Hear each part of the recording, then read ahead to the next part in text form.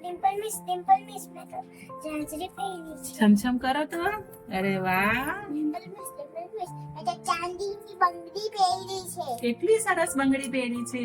પાછળમાં સોનાની મુઠ્ઠી પહેરી. અરે વાહ, જો ચાંદી, સોનું, તાંબુ અલગ અલગ ધાતુઓ છે. અલગ અલગ ધાતુઓના અલગ અલગ ગુણધર્મ છે. જો ચાંદી એ શરીરમાંથી બેક્ટેરિયા સામે આપણને રક્ષણ આપે છે. સોનું એ આપણને માનસિક શાંતિ આપે છે અને તાંબુ એ બ્લડ સર્ક્યુલેશન માટે ખૂબ જ જરૂરી છે. બરાબર, શરીરના લોહી તત્વને અને શરીરના દબાણને સંતુલિત રાખવા માટે અલગ અલગ ઘરેણાં આપણે પહેરવા જોઈએ.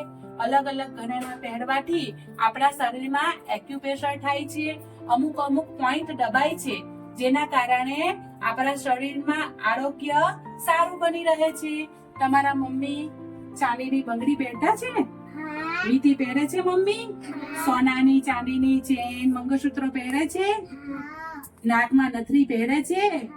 તો આ બધું પહેરવાનું એટલે આપણે વૈજ્ઞાનિક દ્રષ્ટિથી માત્ર ઘરેણાં એ આભૂષણ નથી, પરંતુ આપણા શરીર ઉપર હકારાત્મક અસર કરે છે. ઘરેણાં પહેરવાથી આપણું આરોગ્ય સારું બની રહે છે, એટલે ઘરેણાં પહેરવા જોઈએ.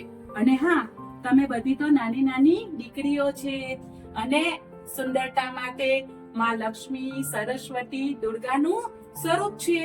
તો સુંદરતા માટે પણ ઘરેણાં પહેરવા જોઈએ. તમને બધાને ઘરેણાં પહેરવા ગમે છે? હા. કોને ગમે છે?